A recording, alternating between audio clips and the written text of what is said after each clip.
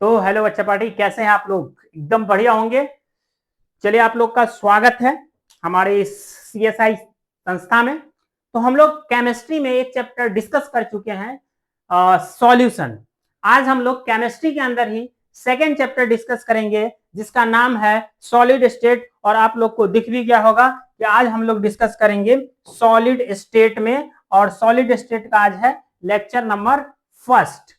तो जिस तरीके से हम लोग सॉल्यूशन पढ़े थे, तो अगर कोई भी स्टूडेंट या कोई भी बच्चा जो है सॉल्यूशन का पहला वाला लेक्चर नहीं देखे हैं आप लोग, तो पहले उसको जाकर के देखिए, पूरा कॉन्सेप्ट पढ़िए, और लास्ट में हम लोग एक ऑब्जेक्टिव का भी वीडियो डाले हैं। सेम ऐसा ही प्रोसेस होगा इस चैप्टर में भी। सॉलिड स्टेट को हम लोग खत्म करने के बाद एक अलग से लेक्चर लेंगे जिसमें सिर्फ न्यूमेरिकल और ऑब्जेक्टिव डिस्कस करेंगे, ठीक है। तो आज हम लोग स्टार्ट करते हैं सॉलिड स्टेट के इस चैप्टर को, ठीक है। तो बिना टाइम गवाए आप लोग के लिए स्टार्ट करते हैं आज का जो हमारा चैप्टर है सॉलिड स्टेट। ओके गाइस, तो आज हम सर क्या स्टार्ट कर रहे हैं? Solid state. अच्छा, ये जो सॉलिड स्टेट चैप्टर है, ये जो सॉलिड स्टेट चैप्टर है, इसमें हम लोग क्या क्या डिस्कस करेंगे इसका थोड़ा सा चर्चा कर लेते हैं। ध्यान से देखिए, हम लोग को पढ़ना क्या है? सॉलिड स्टेट, है ना। ये चैप्टर का नाम है सॉलिड। अच्छा, एक बात बताइए, आप लोग जो है पढ़े होंगे स्टेट ऑफ मैटर, कि मैटर का कितना स्टेट होता है। तो मैटर को हम लोग डिवाइड करते हैं दो बेसिस पे। एक होता है फिजिकल क्लासिफिकेशन, मतलब भौतिक आधार पे, और एक होता है रासायनिक आधार पे, केमिकल क्लासिफिकेशन की वजह से। तो अगर हम लोग सॉलिड बोल रहे हैं, मैटर को, ये जो मैटर है इसको हम लोग फिजिकल बेसिस पे डिवाइड करें तो मैटर तीन तरह का होता है। कितने तरह का होता है? तीन तरह का। एक होता है सॉलिड, और एक होता है आपका लिक्विड, और एक होता है आपका गैस। ये किस बेस पे है? किस बेस पे हम लोग इस मैटर को डिवाइड किए हैं तीन पार्ट में? On the basis of physical state. किस बेसिस पे डिवाइड किए हैं? On the basis of physical state. तो फिजिकल स्टेट के बेसिस पे जो मैटर है हमारा तीन तरह का है, सॉलिड, लिक्विड एंड गैस। आप सोच रहे होंगे कि सर ये क्यों बता रहे हैं? तो थोड़ा सा बेस बता रहे हैं ताकि आपको पता चले कि सर सॉलिड एक्चुअली में है क्या, कहां से इसका जो ओरिजिन पॉइंट हम लोग ढूंढ रहे हैं, ठीक है। तो सॉलिड स्टेट को हम लोग तीन पार्ट में डिवाइड कर दिए, सॉरी मैटर को तीन पार्ट में डिवाइड कर दिए, सॉलिड, लिक्विड एंड गैस। हर एक जो पार्ट में डिवाइड किया सबका अपना अपना यूनिक प्रॉपर्टी होता है। जैसे लिक्विड सॉल्यूशन के बारे में हम लोग अभी चर्चा करके आए हैं सॉल्यूशन चैप्टर के अंदर। तो सॉल्यूशन चैप्टर के अंदर क्या बात की है? लिक्विड सॉल्यूशन के बारे में। गैस के बारे में मोस्टली पढ़ना होता है 11th में, एक चैप्टर है स्टेट ऑफ मैटर, वहां पे हम लोग चर्चा करते हैं। और यहाँ पे हम लोग चर्चा करेंगे जो हमारा चैप्टर है सॉलिड स्टेट, इसमें ये मैटर का जो फर्स्ट स्टेट है सॉलिड, इसका चर्चा हम लोग करेंगे। तो चलिए हम लोग देखते हैं कि एक्चुअली में सॉलिड क्या है, सॉलिड का क्या प्रॉपर्टी होता है, किसको सॉलिड बोलेंगे। तो आइए हम लोग देखते हैं कि सर सॉलिड एक्चुअल में है क्या। तो ध्यान से देखिएगा, नेक्स्ट पेज में बता रहे हैं आपको characteristics of solid. Characteristics of solid, कि भाई सॉलिड का क्या क्या कैरेक्टर है सर, ठीक है। हालांकि आप लोग थोड़ा सा पिछला वाला क्लास में जो 9th 10th होता है वहां पे भी बच्चा लोग पढ़ता है सॉलिड स्टेट के बारे में। तो एक चीज आप लोग पढ़े होंगे कि जो सर सॉलिड होता है इसका जो शेप होता है और वॉल्यूम होता है ये फिक्स होता है, जिसको हम लोग बोलते हैं कि सर निश्चित होता है, डेफिनेट होता है, ठीक है। तो पहला पॉइंट क्या है? They have definite shape and volume. इसका जो शेप और वॉल्यूम जो होता है ये डेफिनेट होता है।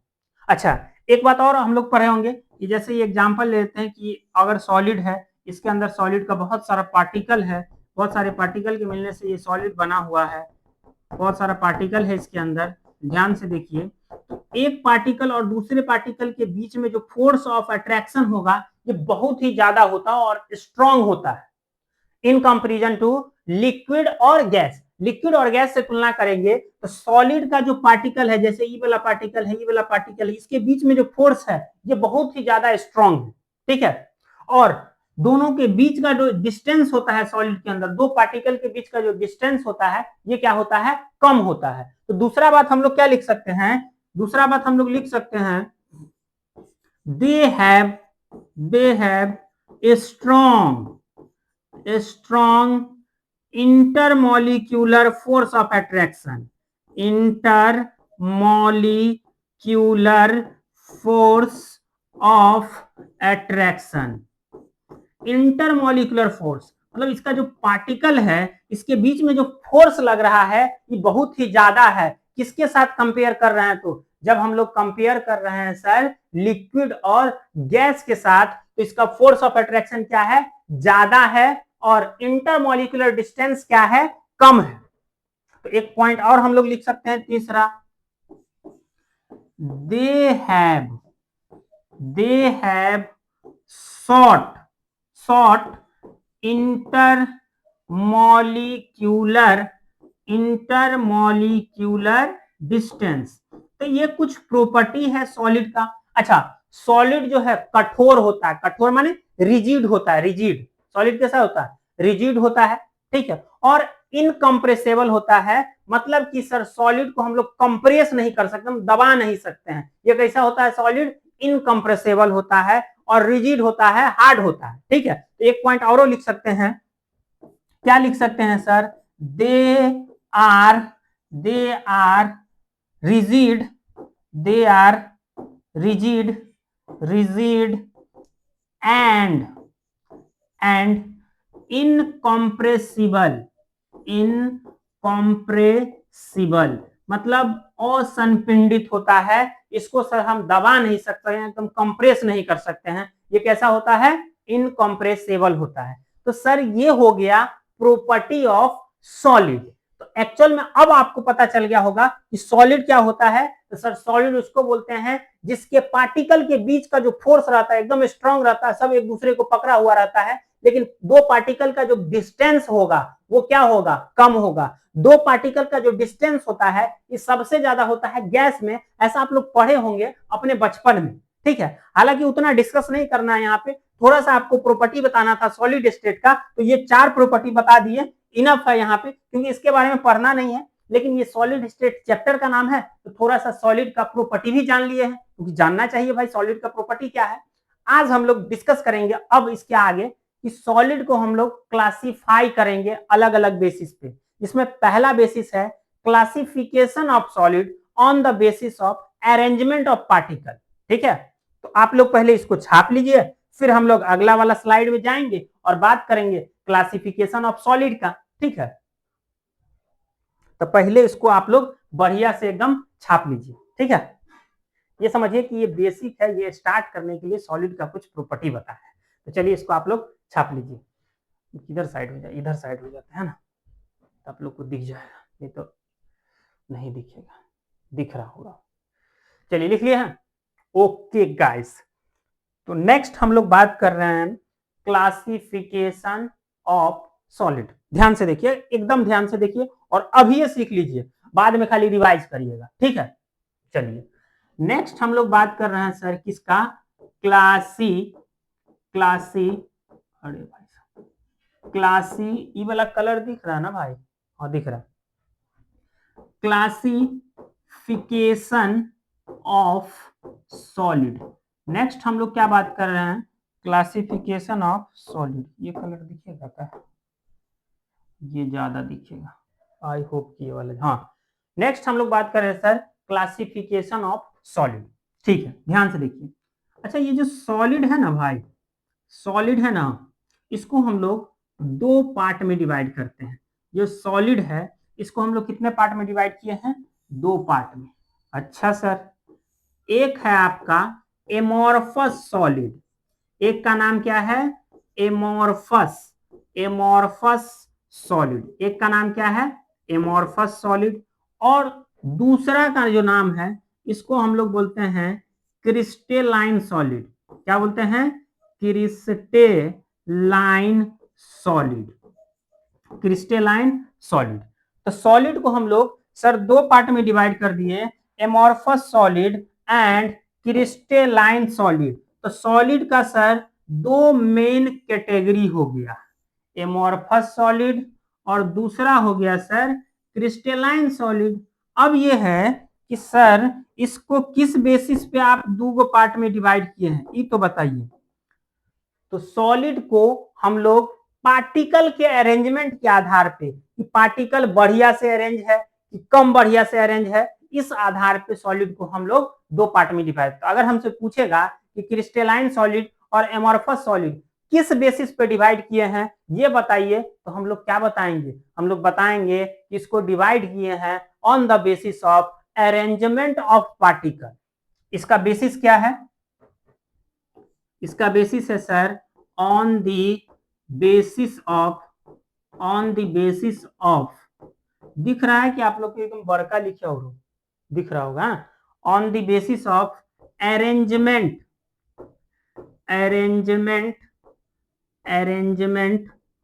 Of particles, on the basis of arrangement of particles. तो ध्यान से देखिए किस बेस पे हम लोग डिवाइड किए हैं, on the basis of arrangement of particle, मतलब जो कोई सॉलिड है इसके अंदर पार्टिकल कैसे अरेंज है, इस बेसिस पे हम लोग सॉलिड को दो पार्ट में डिवाइड कर दिए, एमोर्फस सॉलिड और क्रिस्टलाइन सॉलिड। अब जो है क्रिस्टलाइन सॉलिड भी अलग अलग तरह का होता है।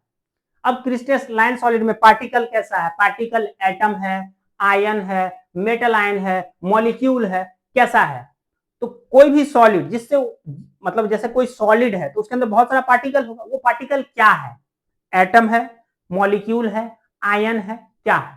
अगर मॉलिक्यूल है तो पोलर मॉलिक्यूल है कि नॉन पोलर मॉलिक्यूल है कि हाइड्रोजन बॉन्डेड है, किस तरीके का है, इस बेस पे हम लोग क्लासिफिकेशन करते हैं क्रिस्टलाइन सॉलिड का भी। तो नेक्स्ट क्लासिफिकेशन है आपका क्रिस्टलाइन सॉलिड को। तो आगे देखिए, या इसी वाला पैराग्राफ में बता दे, इसी वाला में बता देते हैं। हम लोग क्रिस्टलाइन सॉलिड को डिवाइड करते हैं अलग अलग कैटेगरी में। जैसे ध्यान से देखिए, एक होता है आपका आयनिक सॉलिड। कैसा सॉलिड, आयनिक सॉलिड, मतलब वैसा सॉलिड जिसका कंस्टिट्यूएंट्स पार्टिकल, मतलब जिससे वो सॉलिड बना हुआ है, वो अगर आयन है तो उसको हम लोग क्या बोल देंगे, आयनिक सॉलिड। क्या बोल देंगे, आयनिक सॉलिड। ठीक है सर। दूसरा दूसरा है आपका कोवैलेंट सॉलिड।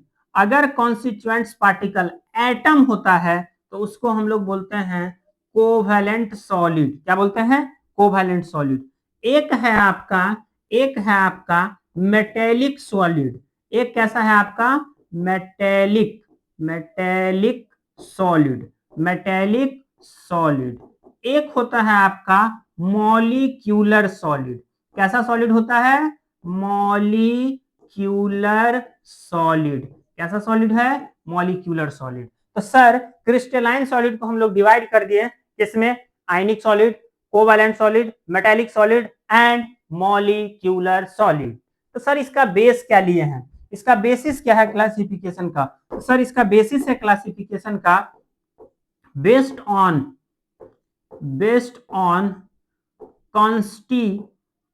कंस्टिट्यूएंट पार्टिकल्स, मतलब जिससे वो सॉलिड बना हुआ है उस बेसिस पे हम लोग इसको क्लासिफाई करते हैं। तो ये अलग अलग तरह का होता है। अच्छा, ये जो मॉलिक्यूलर सॉलिड है ये भी तीन तरह का होता है। अगर हम लोग मॉलिक्यूलर सॉलिड को भी डिवाइड कर दें तो सर मॉलिक्यूलर सॉलिड भी तीन तरह का होता है। मॉलिक्यूलर सॉलिड भी तीन तरह का होता है। अगर आपके पास स्पेस होगा तो लिख लीजिएगा ध्यान से। देखिए, मॉलिक्यूलर सॉलिड में एक होता है पोलर, मतलब पोलर मॉलिक्यूलर सॉलिड। ठीक है। अच्छा, मॉलिक्यूलर सॉलिड में ही एक दूसरा होता है जिसको हम लोग बोलते हैं नॉन पोलर मॉलिक्यूलर सॉलिड।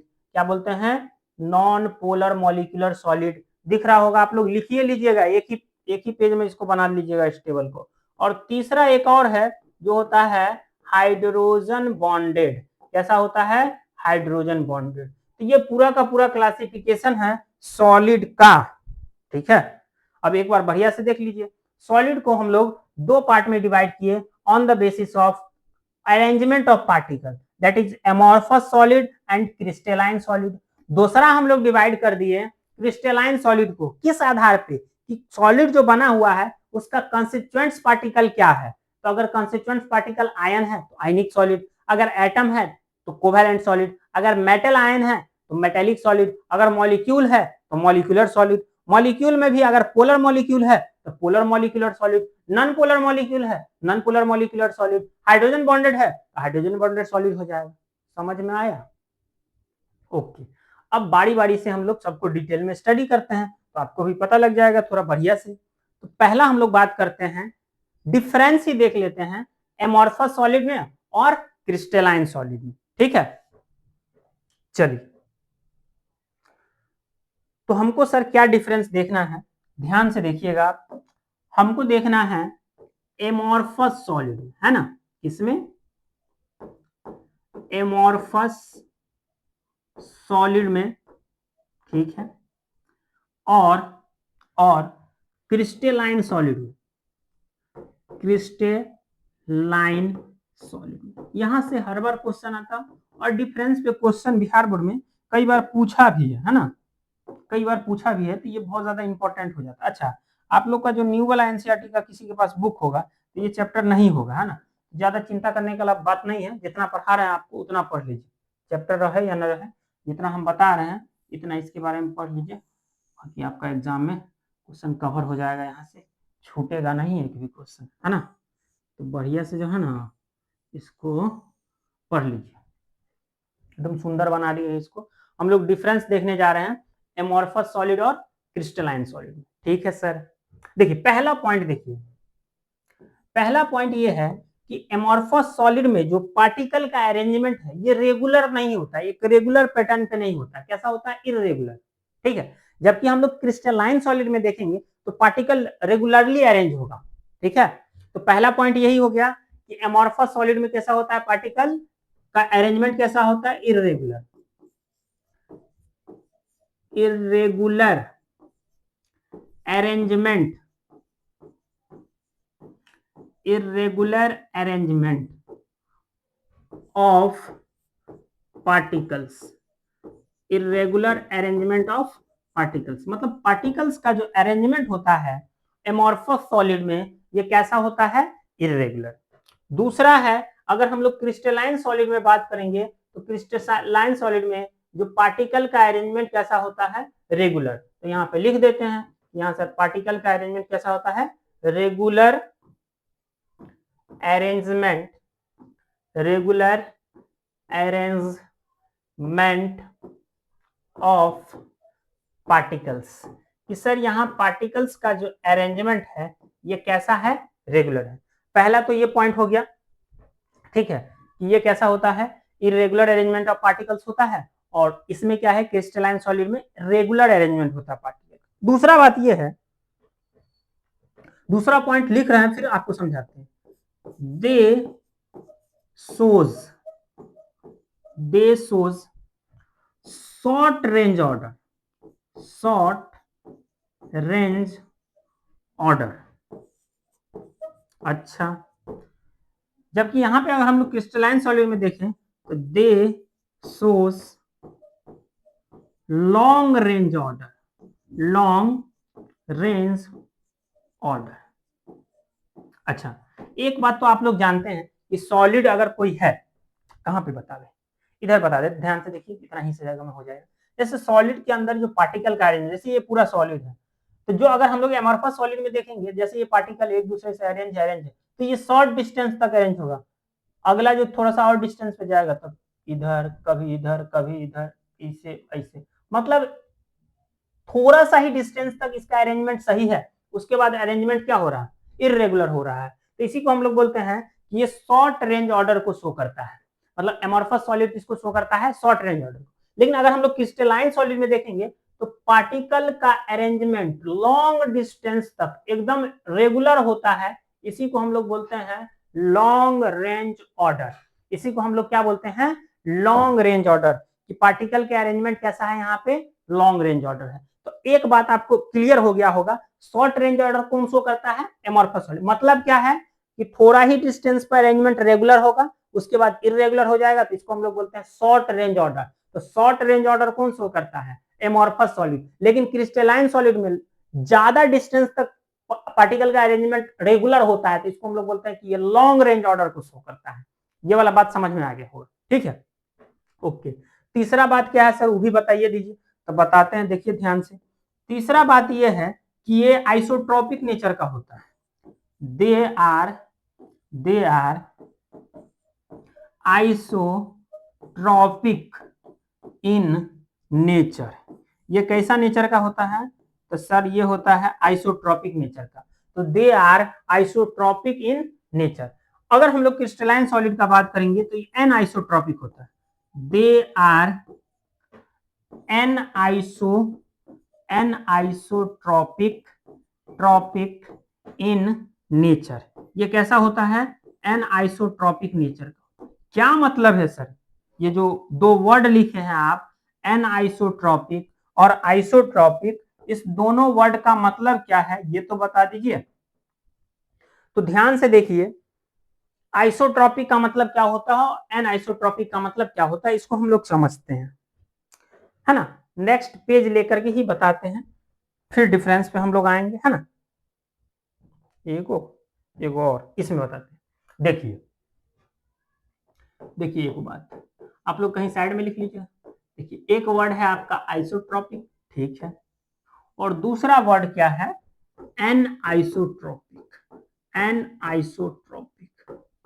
तो देखिए, सॉलिड के अंदर, ये जो सॉलिड है, amorphous solid, crystalline solid, solid के अंदर क्या है कि जैसे कुछ फिजिकल प्रॉपर्टी को हम लोग मेजर करते हैं, जैसे रिफ्रैक्टिव इंडेक्स मेजर करेंगे, है ना, वेलोसिटी भी मेजर करेंगे।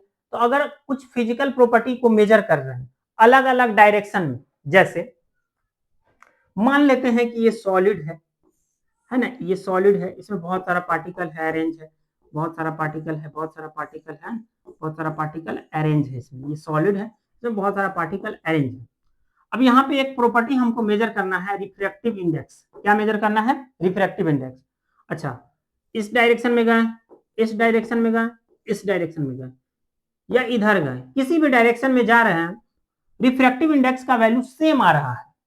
क्या आ रहा है? सेम आ रहा है। मतलब फिजिकल प्रॉपर्टी का जो वैल्यू है सेम आ रहा है, दोनों डायरेक्शन में जाने से चेंज नहीं हो रहा है। और इसी नेचर को हम लोग बोलते हैं आइसोट्रोपी। इसी नेचर को हम लोग क्या बोलते हैं? आइसोट्रोपी। तो आइसोट्रोपी का मतलब क्या है? आइसोट्रोपिक का मतलब होता है, अगर इसको एक्सप्लेन करेंगे, that is same physical property, same physical properties, same physical properties in sub direction, in all direction, कोनो डायरेक्शन में जाएंगे, फिजिकल प्रॉपर्टी मतलब कोई भी फिजिकल प्रॉपर्टी हो सकता है, रिफ्रैक्टिव इंडेक्स और भी होता है भाई। तो सेम फिजिकल प्रॉपर्टी होता है कोनो डायरेक्शन में जाने पे, तो उस नेचर को हम लोग क्या बोलते हैं कि सॉलिड का नेचर कैसा है? आइसोट्रोपिक। और ऐसा शो कौन करता है? कौन सा सॉलिड? ऐसा शो करता है एमोर्फस सॉलिड। तो एमोर्फस सॉलिड के अंदर अगर हम लोग मेजर करेंगे फिजिकल प्रॉपर्टी को, लाइक रिफ्रैक्टिव इंडेक्स, तो कोनो डायरेक्शन में जाएंगे एमोर्फस सॉलिड में तो वैल्यू सेम आ जाएगा। इसलिए इसको बोलते हैं हम लोग कि एमोर्फस सॉलिड कैसा होता है? आइसोट्रोपिक नेचर का होता है। एमोर्फस सॉलिड कैसा होता है? आइसोट्रोपिक नेचर का होता है। ये वाला बात समझ में आ गया। लेकिन अगर हम लोग क्रिस्टलाइन सॉलिड में देखेंगे, अगर हम लोग क्रिस्टलाइन सॉलिड में देखेंगे, पार्टिकल का अरेंजमेंट रेगुलर होता है, इसमें रेगुलर होता है। अगर हम लोग इस डायरेक्शन में गए, इधर गए, इधर गए, तो सब डायरेक्शन में वैल्यू अलग अलग आएगा। तो इसको हम लोग क्या बोलते हैं? Anisotropic. और ऐसा प्रॉपर्टी को शो करता है क्रिस्टलाइन सॉलिड। कौन सा सॉलिड शो करता है? Crystalline solid. तो इस बात को भी हम लिखिए देते हैं तो थोड़ा ज्यादा अच्छा रहेगा। दैट इज, इसका मतलब क्या हो गया? Different physical property, different physical properties, different physical properties in different direction, in different direction, different physical property in different, मतलब अलग अलग डायरेक्शन में जाएंगे। तो सिंपल कहने का मतलब है कि वैल्यू जो है इसका चेंज हो जाएगा। वैल्यू क्या हो जाएगा? चेंज हो जाएगा। चलिए अब देख लीजिए, डिफरेंस देख रहे थे, जिसमें तीसरा पॉइंट हम लोग क्या देखें कि ये सर कैसा होता है? एमोर्फस सॉलिड का नेचर आइसोट्रोपिक। और आइसोट्रोपिक क्या वर्ड है, इसको बढ़िया से आपको एक्सप्लेन कर दिया, अब समझ में आ गया हूं। फिर भी अगर कोई बात रह जाता है कि सर हमको ये नहीं समझ में आता, बता दीजिए, तो आप बोल नहीं पाते हैं क्योंकि लाइव क्लास नहीं है। लेकिन आप कमेंट कर सकते हैं कि सर हमको ये वाला समझ में नहीं आया है, अगिलका वाला वीडियो बनाइएगा तो उसमें बता दीजिएगा, तो बता देंगे भाई, इसमें क्या है, आप लोग के लिए तो है। चलिए चौथा इसका डिफरेंस देख रहे हैं हम लोग। ये जो वर्ड बताए थे इसको कहीं पे बोले थे कि साइड में लिख लीजिए, क्योंकि इस वर्ड को समझना बहुत जरूरी है। ऑब्जेक्टिव में लैंग्वेज के फॉर्म में क्वेश्चन दे देगा तो इस वर्ड को समझना जरूरी है, इसलिए आपको इतना समझाए हैं। चलिए तो सर डिफरेंस बता रहे थे, हाँ डिफरेंस ही बता रहे थे। देखिए तो चौथा पॉइंट क्या है सर जी, चौथा पॉइंट है एमॉर्फस का, दे डू नॉट हैव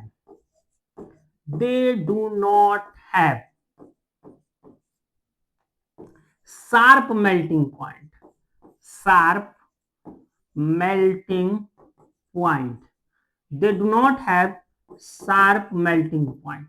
क्या मतलब है इसका, आपको अभी समझाते हैं। इस साइड में लिख रहे हैं they have sharp melting point.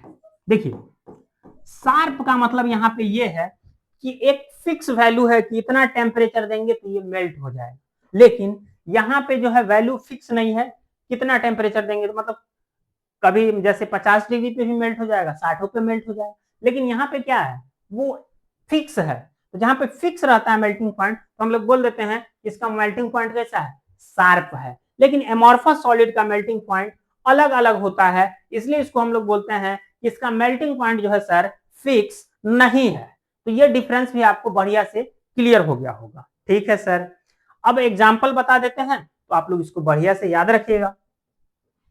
चलिए एमॉर्फस सॉलिड का एग्जाम्पल आपको सबसे एकदम एग्जाम्पल है इंपॉर्टेंट आपका। अच्छा एगो और बात बता देते हैं, फिर बताते हैं। देखिए जो एमॉर्फस सॉलिड है इसको हम लोग बोलते हैं दे आर स्यूडो सॉलिड है। देखिए ये सॉलिड है लेकिन स्यूडो है। स्यूडो मतलब क्या होता है, झूठा। स्यूडो मतलब क्या होता है, झूठा। तो ये झूठा सॉलिड है लेकिन पूरा एकदम सॉलिड वाला गुण नहीं है। ठीक है, अच्छा तो स्यूडो सॉलिड बोलते हैं, या इसको हम लोग बोलते हैं सुपर कोल्ड लिक्विड। इसका दूसरा नाम समझ लीजिए, या इसको हम लोग क्या बोलते हैं, सुपर कोल्ड लिक्विड। तो इसको हम लोग क्या बोलते हैं, ये सर स्यूडो सॉलिड है, या इसको हम लोग क्या बोलेंगे, सुपर कोल्ड लिक्विड। किसको, एमॉर्फस सॉलिड को। और क्रिस्टलाइन सॉलिड जो है, जो एक्चुअल में जो सॉलिड का सारा गुण है ये क्रिस्टलाइन सॉलिड के अंदर है, तो हम लोग बोल देते हैं कि ये है ट्रू सॉलिड। ये कैसा सॉलिड है, ट्रू सॉलिड है। तो इसमें लिख देंगे कि सर ये है दे आर ट्रू सॉलिड, है ना, एकदम बढ़िया वाला सॉलिड है जिसमें सॉलिड का सभी गुण मौजूद है, तो उसको हम लोग बोलते हैं सर ट्रू सॉलिड। अब ये बात आपको बढ़िया से एकदम क्लियर हो गया कि एमॉर्फस सॉलिड क्रिस्टलाइन सॉलिड में क्या डिफरेंस है। ठीक है, एग्जाम्पल भी देख लेते हैं ताकि एग्जाम में अगर क्वेश्चन आए चाहे एमॉर्फस से या क्रिस्टलाइन से आए तो आप 100% लिख पाइएगा, इस बात की गारंटी है। आप इसको बार बार जो है रिवाइज करते रहिएगा। चलिए एग्जाम्पल देख लीजिए, एग्जाम्पल आपको याद रखना पड़ेगा। जैसे एग्जाम्पल है आपका रबर, जैसे रबर हो गया, रबर, प्लास्टिक है ना, रबर, प्लास्टिक, सेलोफैन, ये जो टेप नहीं होता है डिजाइन वाला टेप, सब गिफ्ट पैक करने वाला सेलोफैन, पीवीसी, पॉलीविनाइल क्लोराइड, ठीक है, PVC, polyvinyl chloride, Teflon etc, ये सब जो है ना भाई एमॉर्फस सॉलिड है। और अगर हम लोग बात करेंगे क्रिस्टलाइन सॉलिड का, तो क्रिस्टलाइन सॉलिड में आता है, इसका एग्जांपल आपको बता रहे हैं, डायमंड, ग्रेफाइट, डायमंड, ग्रेफाइट, और सोडियम क्लोराइड, पोटेशियम क्लोराइड, बहुत सारा है भाई, बहुत सारा है। ठीक है, ईटीसी। अब इसको जो है आप लोग बढ़िया से एकदम याद रखिएगा। ठीक है, चलिए नेक्स्ट हम लोग बात करते हैं, ये एमॉर्फस क्रिस्टलाइन हो गया। अब हम लोग बात करते हैं सर क्रिस्टलाइन सॉलिड का अगर टाइप बता देते तो मजा आ जाता। तो चलिए हम लोग बात करते हैं क्रिस्टलाइन सॉलिड के टाइप का, और पहला टाइप हम लोग क्या देखे थे क्रिस्टलाइन सॉलिड का, देखिए बढ़िया से। हाँ सर बताए थे आप, आयनिक सॉलिड। ठीक है, तो चलिए हम लोग देख लेते हैं, अभी हमारे पास टाइम है, ज्यादा समय नहीं हुआ है, तो हम लोग देख लेते हैं आयनिक सॉलिड। कौन सा सॉलिड? आयनिक सॉलिड। Very good, okay. तो हम लोग क्या देखने वाले हैं अभी? आयनिक सॉलिड। देखते हैं कि आयनिक सॉलिड क्या है भाई, इसका क्या क्या प्रॉपर्टी है। चलिए बढ़िया से इसका हम लोग बात करते हैं आयनिक सॉलिड का। ठीक है, देखिए आयनिक सॉलिड जो है, तो सॉलिड जो है इसके अंदर क्या होगा, कुछ पार्टिकल होगा। तो आयनिक सॉलिड के अंदर जो पार्टिकल है जिससे ये बना हुआ है, इसको हम लोग बोलते हैं कॉन्स्टिट्यूएंट्स पार्टिकल, और इसका जो कॉन्स्टिट्यूएंट्स पार्टिकल है वो आयंस होता है। ठीक है, जैसे पहला तो एक पॉइंट लिख देते हैं, constituent particles, constituents particles are ions. क्या होता है? आयंस होता है। और आयन आप लोग बचपने से जानते हैं, दो गो रहता है, एगो वैसन वाला जिसपे प्लस वाला चार्ज होगा, एगो वैसन वाला जिसपे माइनस वाला चार्ज होगा। और प्लस वाला चार्ज को क्या बोलते हैं? कैटायन, और माइनस वाला चार्ज को क्या बोलते हैं? एनायन। ओके, तो लिख देंगे that is cation, cation and anion. तो वैसा सॉलिड जिसका कॉन्स्टिट्यूएंट्स पार्टिकल आयंस होगा, और आयन में क्या, या कैटायन है और एनायन रहेगा, इसको हम लोग क्या बोल देंगे? आयनिक सॉलिड है। ठीक है, अब एक सॉलिड बना करके भी बताते हैं आपको, है ना, तो ज्यादा क्लियर हो जाएगा। देखिए ई है एगो सॉलिड। ठीक है, अच्छा भाई साहब, इसमें है ये सोडियम आयन, यहाँ है Cl माइनस। अरे भाई थोड़ा थोड़ा रुकिए रुकिए रुकिए, वेट वेट, बड़का बड़का सॉलिड बनाते हैं ना, बड़का, लो बड़का सॉलिड। हाँ, अब देखिए ध्यान से, ये है Na+, ये पार्टिकल है इसमें, ये है Cl माइनस, ओके, फिर ये है Na+, ओके, यहाँ है Cl माइनस, ओके, ये है Na+, ओके, ये है Cl माइनस। ठीक है, मतलब जितना पॉजिटिव चार्ज है उतना ये निगेटिव चार्ज। अच्छा, ये जो सॉलिड है भाई, ये जो सॉलिड है इसका कॉन्स्टिट्यूएंट पार्टिकल आयन हो गया। अच्छा, एगो प्लस वाला है और एगो निगेटिव चार्ज है। अब बताओ, दो चार्ज जो होता है, Q1 मान लेते हैं, Q1 एगो को मान लेते हैं Q1, एगो को Q2, तो इसके बीच में कौन सा फोर्स लगता है? अगर ये r डिस्टेंस में मान के चलो, इसके बीच का डिस्टेंस मान लिया r है, तो यहाँ पे एक फोर्स लगता है। आप लोग पढ़े होंगे जो 12th का पहला चैप्टर है इलेक्ट्रोस्टैटिक्स की, सर यहाँ पे इलेक्ट्रोस्टैटिक्स फोर्स लगता है। और इस इलेक्ट्रोस्टैटिक्स फोर्स का जो वैल्यू होता है वो होता है sir K, Q1 into Q2 बट्टा में r²। इसको कूलम्बिक फोर्स भी बोलते हैं। या K का जो वैल्यू होता है, यहाँ पे K कांस्टेंट है और इसका वैल्यू क्या होता है 1/4 पाई एप्सिलॉन नॉट होता है ना। तो ये फोर्स क्या है? इलेक्ट्रोस्टैटिक फोर्स है, दो चार्ज के बीच में लगता है, और यहाँ पे दोनों चार्ज क्या है? अपोजिट साइन वाला है, तो यहाँ पे अट्रैक्शन वाला इलेक्ट्रोस्टैटिक फोर्स लगेगा। कैसा वाला लगेगा? अट्रैक्शन वाला। तो दूसरा पॉइंट हम लोग लिख सकते हैं यहाँ पे क्या, there is a strong electrostatic force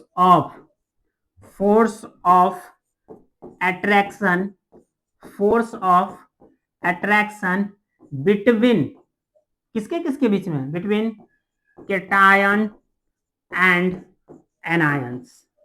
अब केटायन और एनायंस के बीच में जो है स्ट्रॉन्ग फोर्स ऑफ अट्रैक्शन है। ठीक है, अच्छा, जिसके वजह से इसका मेल्टिंग पॉइंट भी क्या होता है? ज्यादा हो जाता है, क्योंकि इसके बीच में फोर्स ज्यादा होगा, और इस सॉलिड को अगर मेल्ट करना है तो उतना टेम्परेचर देना पड़ेगा ताकि इसके बीच में जो फोर्स है, इसके बीच में जो फोर्स लग रहा है, जो फोर्स हटे और ये मेल्ट कर जाए। तो आयनिक सॉलिड का मेल्टिंग पॉइंट भी क्या होता है? ज्यादा होता है। तो लिख देंगे they have high melting point, they have high melting point, क्योंकि इसका मेल्टिंग पॉइंट क्या होता है सर, ज्यादा होता है, इसलिए हम लोग क्या लिख दिए, they have high melting point. ठीक है। अच्छा, ये जो आयनिक सॉलिड होता है, ये जो आयनिक सॉलिड होता है, ये हार्ड होता है और ब्रिटल होता है।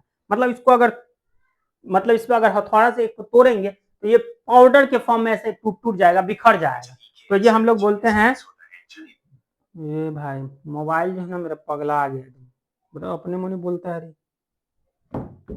कंफ्यूज हो गया, कंफ्यूज है ना, हम इसको पढ़ा रहे थे, कंफ्यूज हो गया। चलिए कोई बात नहीं, हम लोग क्या बात कर रहे थे अभी, को भुला दिया।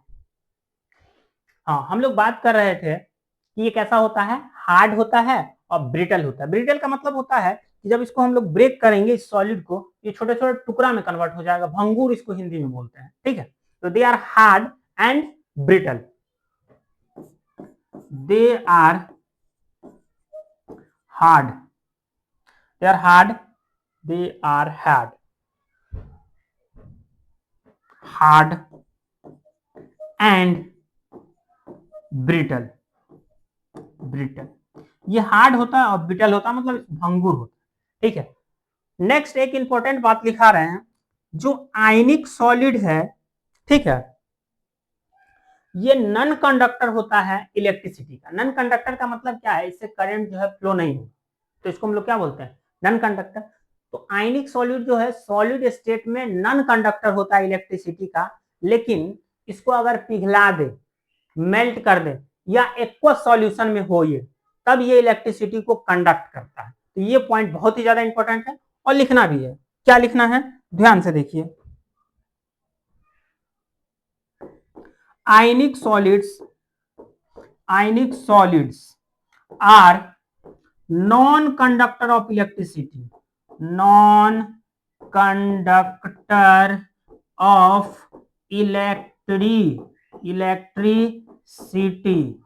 non-conductor of electricity in solid state, in solid state, but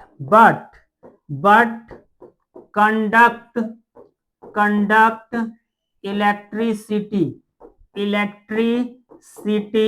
in molten state, in molten state or in aqueous solution, aqueous, एक मिनट रुक जाइए आप लोग, और इन aqueous, और इन aqueous solution। aqueous solution का मतलब क्या हो, यहाँ पे एक वर्ड लिखे हैं aqueous solution, मतलब पानी वाला सॉल्यूशन है ना, पानी में जब हम लोग आयनिक सॉलिड को डालेंगे तो aqueous solution हो जाएगा, या जब उसको हम लोग मोल्टेन स्टेट में रहेगा, मोल्टेन स्टेट मतलब पिघला हुआ अवस्था में रहेगा, तो इस दोनों अवस्था में जो है आयनिक सॉलिड इलेक्ट्रिसिटी को कंडक्ट करेगा, और जब ये सॉलिड स्टेट में रहेगा तो ये इलेक्ट्रिसिटी को कंडक्ट नहीं करता है। तो ये था आपका आयनिक सॉलिड। यहाँ पे थोड़ा सा जगह बच गया है तो एग्जांपल यहीं पे बता देते हैं, है ना। एग्जांपल देखिए, जैसे आयनिक सॉलिड का एग्जांपल, सोडियम क्लोराइड, अच्छा, पोटेशियम क्लोराइड, अच्छा, पोटेशियम नाइट्रेट, अच्छा, KNO3 है ना, potassium nitrate, KNO3, silver chloride, ETC, ये सब एग्जाम्पल है आपका आयनिक सॉलिड का, और ये प्रॉपर्टी है आयनिक सॉलिड का। हम हट जाते हैं, आप लोग इसको बढ़िया से छाप लीजिए, है ना, बढ़िया से लिख लीजिए आप लोग, ठीक है, बढ़िया से एकदम नोट डाउन करना है ना। तो अगला टॉपर जो है ना आप ही लोग है ना, बैचे का नाम है रैंकर्स बैच, तो टॉपर तो आप ही लोग आइएगा, बढ़िया से खाली आप लोग मन लगा के पढ़िए। और रिजल्ट सेलिब्रेशन हम दिखाएंगे, ऑफलाइन वाला बैच का भी वीडियो आने वाला है जस्ट। तो जितना भी आप अपना टॉपर है अपने इंस्टीट्यूट का, उसका इंटरव्यू डलवाते हैं, है ना। थोड़ा एडिटर साहब जो है ना बिजी हैं, तो जब जैसे ही आते हैं तो आपको रिजल्ट डलवाते हैं, देखने को मिलेगा, आप लोग देखिएगा रिजल्ट वाला वीडियो, बढ़िया लगेगा आपको, बताएगा कि मतलब जो जो टॉपर है यहाँ का कैसे पढ़ें, कैसे टाइम मैनेज करें, इस सब का बात जो हम लोग करेंगे, तो जल्दी वो इंटरव्यू आने वाला है बच्चा सबका, देखिएगा आप लोग। चलिए, तो ये आयनिक सॉलिड हो गया, ठीक है। चलिए, तो सर आयनिक सॉलिड हो गया, तो कोवैलेंट सॉलिड भी अगर बता ही देते तो और अच्छा होता। चलिए हम लोग देख लेते हैं कोवैलेंट सॉलिड को भी, ठीक है। चलिए, तो नेक्स्ट है गुरुजी दूसरा वाला सॉलिड जिसका नाम है कोवैलेंट सॉलिड। अच्छा, आपको एक बात पता है क्या? एक बात पता है क्या? क्या कोवैलेंट सॉलिड का दूसरा नाम भी है, और इसको हम लोग बोलते हैं नेटवर्क सॉलिड। क्या बोलते हैं? Network solid. और भी नाम है इसका, मैक्रोमोलिकुलर सॉलिड भी बोलते हैं, नेटवर्क सॉलिड बोलते हैं, या मैक्रोमोलिक्यूलर सॉलिड भी बोलते हैं। मतलब कोवैलेंट सॉलिड का नेटवर्क सॉलिड भी नाम है, या इसको हम लोग क्या बोलते हैं? मैक्रोमोलिक्यूलर सॉलिड, ठीक है। अब ध्यान दीजिएगा कि कोवैलेंट सॉलिड का जो कंस्टिट्यूएंट्स पार्टिकल होता है वो होता है आपका एटम्स। क्या होता है? जैसे हम लोग आयनिक सॉलिड में पढ़े कि आयनिक सॉलिड का कंस्टिट्यूएंट्स पार्टिकल क्या है? आयंस है। और तो कोवैलेंट सॉलिड का कंस्टिट्यूएंट्स पार्टिकल क्या होता है? एटम्स। तो देखिए, पहला पॉइंट यही हो गया, constituent particles are atoms। कौन सी? एटम्स। और यहां पे जो बॉन्ड होता है, जैसे वहां पे था इलेक्ट्रोस्टैटिक फोर्स ऑफ अट्रैक्शन या आयनिक बॉन्ड बोल सकते हैं, यहां पे कोवैलेंट बॉन्ड प्रेजेंट होता है ना। तो यहां पे कौन सा बॉन्ड होता है? Covalent bonds are present between atoms। मतलब दो एटम्स के बीच में जो है यहाँ पे कोवैलेंट बॉन्ड प्रेजेंट होता है, ठीक है। अगर हम लोग इसका मेल्टिंग पॉइंट देखेंगे कि सर कोवैलेंट या नेटवर्क सॉलिड का जो मेल्टिंग पॉइंट है ये बहुत ही ज्यादा होता है, तो लिख देते हैं कि they have very high, very high, they have very high melting point। कि सर इसका मेल्टिंग पॉइंट जो है बहुत ही ज्यादा होता है, इसका मेल्टिंग पॉइंट जो है बहुत ही ज्यादा होता है। तो they have very high melting point. अच्छा, नेक्स्ट चौथा बात है कि ये इंसुलेटर होता है। जैसे आयनिक सॉलिड भी इंसुलेटर है, इलेक्ट्रिसिटी कंडक्ट नहीं करता, लेकिन कब? सॉलिड स्टेट में। लेकिन जब उसको मोल्टेन स्टेट में लाएंगे या एक्वस सॉल्यूशन में आएंगे तो इलेक्ट्रिसिटी कंडक्ट करता था, क्योंकि उसमें आयंस फ्री होता है मूव करने के लिए। लेकिन कोवैलेंट सॉलिड जो है प्योरली जो है ये कैसा होता है? इंसुलेटर, एगो को छोड़ करके। और एगो कौन? किसको छोड़ करके? तो ग्रेफाइट को छोड़ करके। किसको? ग्रेफाइट। ध्यान से देखिए, दे आर non-conductor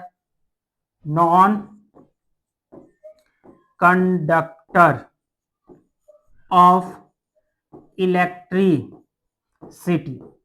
ये इलेक्ट्रिसिटी का कैसा होता है? Non conductor. लेकिन किसको छोड़ करके सर?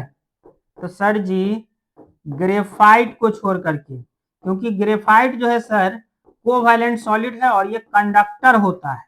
तो एक्सेप्शन में क्या है इसका? ग्रेफाइट, ठीक है। एक्सेप्शन में क्या है? ग्रेफाइट। अब इसका एग्जांपल लिख लेते हैं, एग्जांपल आपको याद रखना है। जैसे इसका एग्जांपल है कोवैलेंट सॉलिड का, जैसे ग्रेफाइट तो लिख ही दिया, ग्रेफाइट, ठीक है। Diamond, silicon carbide,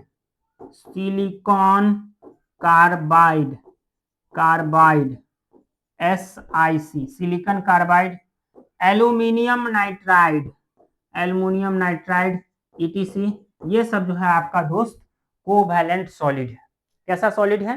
covalent solid है, ठीक है। अब यहां पे हम लोग एक और बात कर लेते हैं। कभी कभी पूछता है, ये डायमंड लिखा हुआ, डायमंड, है ना। कभी कभी पूछता है ग्रेफाइट और डायमंड में क्या डिफरेंस है, और यह हम लोग बात करेंगे कि ग्रेफाइट इलेक्ट्रिसिटी को कंडक्ट क्यों करता है, और डायमंड कार्बन से ही बना है, ग्रेफाइट कार्बन से ही बना है, मतलब दोनों कार्बन का ही एलोट्रॉप है, लेकिन एक इलेक्ट्रिसिटी का कंडक्टर है और दूसरा इलेक्ट्रिसिटी का कंडक्टर नहीं है, एक सॉफ्ट होता है और एक हार्ड होता है। ठीक है, तो चलिए हम लोग इसका बात कर लेते हैं कि ग्रेफाइट और डायमंड में क्या डिफरेंस है। इंपॉर्टेंट है इसलिए बता ही देते हैं, हम सोचे कि बता ही देते हैं कि ग्रेफाइट और डायमंड में क्या डिफरेंस है। तो चलिए इसको बता ही देते हैं। चलिए हम लोग किसका डिफरेंस देखने जा रहे हैं सर? अच्छा, graphite graphite and diamond. Sir graphite और डायमंड में क्या डिफरेंस है? दोनों कार्बन का ही एलोट्रॉप है, दोनों जो बना है दोनों में कार्बन ही है, लेकिन सर डिफरेंस कहां पे है ये अगर बता दीजिएगा तो थोड़ा मजा आ जाएगा, आपको समझ में ही आ जाएगा, तो पूरा मजा आएगा आपको। ध्यान से देखिए, ग्रेफाइट का जो कार्बन होता है ये 3 बॉन्ड बना लेता है, इसका जो एक इलेक्ट्रॉन होता है, यहाँ एक जो इलेक्ट्रॉन है ये क्या है? इलेक्ट्रॉन है, ये फ्री है, इसको हम लोग बोलते हैं फ्री इलेक्ट्रॉन, फ्री इलेक्ट्रॉन। तो ग्रेफाइट में कार्बन 3 ही बॉन्ड बनाता है और एक इलेक्ट्रॉन इसका फ्री होता है, और इलेक्ट्रिसिटी होता क्यों है? मूवमेंट ऑफ इलेक्ट्रॉन की वजह से। तो यहाँ पे एक इलेक्ट्रॉन फ्री है, ये मूव करेगा, ये इलेक्ट्रिसिटी का कंडक्टर होगा। लेकिन अगर हम लोग डायमंड में देखें तो डायमंड में कार्बन जो है चारों बॉन्ड बना लेता है, एक को वो इसका इलेक्ट्रॉन फ्री नहीं रहता है, इसलिए ये नॉन कंडक्टर है। अच्छा, एक बात तो आपको पता ही होगा कि अगर ये 3 को सिग्मा बॉन्ड बना रहा है, सिंगल बॉन्ड को हम लोग सिग्मा बॉन्ड बोलते हैं, 3 सिग्मा बॉन्ड बना रहा है तो हाइब्रिडाइजेशन क्या होता है? sp2, कार्बन का हाइब्रिडाइजेशन। और यहाँ कार्बन 4 बॉन्ड बना लिया तो हाइब्रिडाइजेशन क्या होगा? sp3। ऐसा आप लोग पढ़े होंगे और पढ़ा भी चुके हैं, जो ऑफलाइन वाला बच्चा है केमिकल बॉन्डिंग चैप्टर में, या 11th में आप लोग पढ़े होंगे। 11th में एक चैप्टर है केमिकल बॉन्डिंग, वहां पे हम लोग बात करते हैं हाइब्रिडाइजेशन का, तो वहां आप लोग पढ़ चुके होंगे। फिलहाल यहाँ पे अगर नहीं पढ़े हैं तो सीधा सिंपल काउंट लेंगे, 4 को सिंगल बॉन्ड होता है तो sp3, अगर 3 को सिंगल बॉन्ड होता है तो sp2। ठीक है, ओके। तो ग्रेफाइट में कार्बन का हाइब्रिडेशन क्या है? sp2। each carbon atom is sp2 hybridized, sp2 hybridized। तो ग्रेफाइट में अगर हम लोग देखेंगे तो कार्बन एटम का हाइब्रिडाइजेशन क्या है? sp2। लेकिन अगर हम लोग डायमंड में देखेंगे तो each carbon atom is sp3 hybridized, each carbon atom is sp3 hybridized। ये तो पहला पॉइंट हो गया। अच्छा, क्या यहाँ पे कोई फ्री इलेक्ट्रॉन है? फ्री इलेक्ट्रॉन है, तो यहाँ दूसरा पॉइंट यही लिख देंगे, free electron present, free electron present. जबकि डायमंड में एक भी इलेक्ट्रॉन फ्री नहीं है, कार्बन का जो अपना चारों इलेक्ट्रॉन था, ये चारों इलेक्ट्रॉन बॉन्ड बनाने में पार्टिसिपेट कर लिया, इसलिए इसके पास एक भी इलेक्ट्रॉन फ्री नहीं है। तो यहाँ पे हम लोग एक बात लिख सकते हैं कि सर फ्री इलेक्ट्रॉन जो है, यहाँ पे फ्री इलेक्ट्रॉन जो है सर, यहाँ पे ये अब्सेंट है। क्या है? अब्सेंट है फ्री इलेक्ट्रॉन। ठीक है, दूगो बात हो गया। तीसरा कि सर फ्री इलेक्ट्रॉन है यहाँ प्रेजेंट, इसलिए ये इलेक्ट्रिसिटी का कंडक्टर होगा। तो दे कंडक्ट, या they are conductor of electricity, they are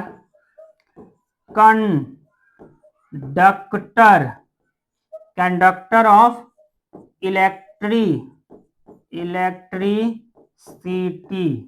जबकि इसका अगर हम लोग बात करेंगे तो they are non conductor of electricity. कि सर ये इलेक्ट्रिसिटी का कंडक्टर नहीं होता क्योंकि इसके पास फ्री इलेक्ट्रॉन है ये नहीं है। दूसरा, डायमंड के कंपैरिजन में अगर हम लोग ग्रेफाइट को देखेंगे तो ग्रेफाइट कैसा होता है? सॉफ्ट होता है। डायमंड कैसा होता है? हार्ड। तो it is soft and it is hard, और ये बहुत ही ज्यादा हार्ड होता है भाई। डायमंड, ठीक है। इसके ग्रेफाइट में जो है वीक वंडरवॉल फोर्स होता है और डायमंड में जो है कोवैलेंट बॉन्ड प्रेजेंट। इसको लिखने की जरूरत नहीं है, इतना इनफ है 4 पॉइंट, ठीक है। तो चलिए आज के लेक्चर में जो है हम लोग इसको यहीं तक रहने देते हैं।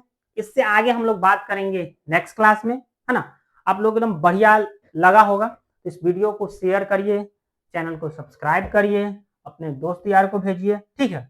थोड़ा हमको भी मजा आएगा पढ़ाने में। तो चलिए हम लोग मिलते हैं नेक्स्ट क्लास में, तब तक आप लोग चिल मारिए और इसको रिवाइज करके रखिएगा। चलिए आप लोग का बहुत बहुत धन्यवाद।